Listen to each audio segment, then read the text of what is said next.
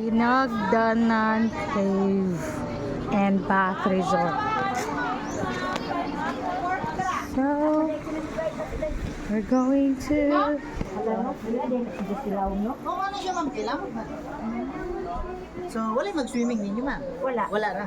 First time diri sa cave? Yes. Okay. So, karon ma'am, kaya nga itong hagdan medyo danglog man. So, inig panaog na to, atubang ta sa railings. Hinani mo mo? Ah, okay. Hinani siya.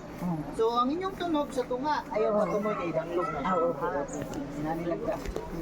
Follow the leader. Okay, ang kahapon di wala nag-follow, nag-jump shot yun. Ang 7 step, di mo 1 step. Na. Patay. Wala na mula ka, napaslide na. Na. Ako na. Nadoko gamay ma'am ha. Yung atong entrance kay good for BFF na siya. Kabalo mo sa So, we're going to... kanang below 5 feet. Dire ma'am. Ito sa lalayan. Oh my God. Yes, pure gold. Gamiton? Agi mo or katong kang imo dai? Sige, pareho na na siguro. Kani ako, sige. Ay, kanay mo ha. Sige, sige. Yeah. Kani nga birds ma'am. Dire oh.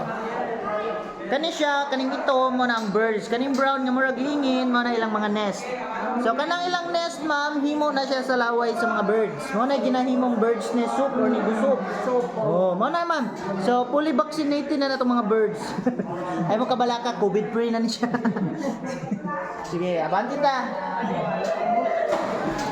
Ako yun na, ma'am. Ako may guide. Mao na diha. Oy, nausa ka man kana makahigo ana ana pa nag-enjoy na.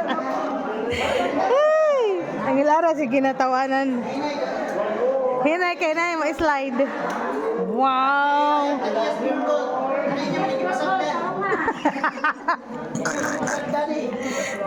So, diya lang ka ma'am. Wait lang. What ako? Picture na po ta. Supervisor. Perfect. So, dali siya naman.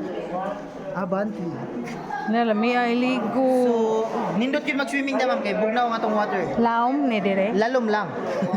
Ang kalaw mo niya mag-high tide, maabot ang tubig hanto dito sa may hagdan. Nasa 14 to 15 feet. High tide ay pod. Oh, ma-high tide ni siya ma'am. So, ma-high tide, pasabot na ma'am, daghan yung gamit sa CR. Di sa man digi ka ng tubig ano? Nana siya, bangag, diretso dagat na siya ma'am.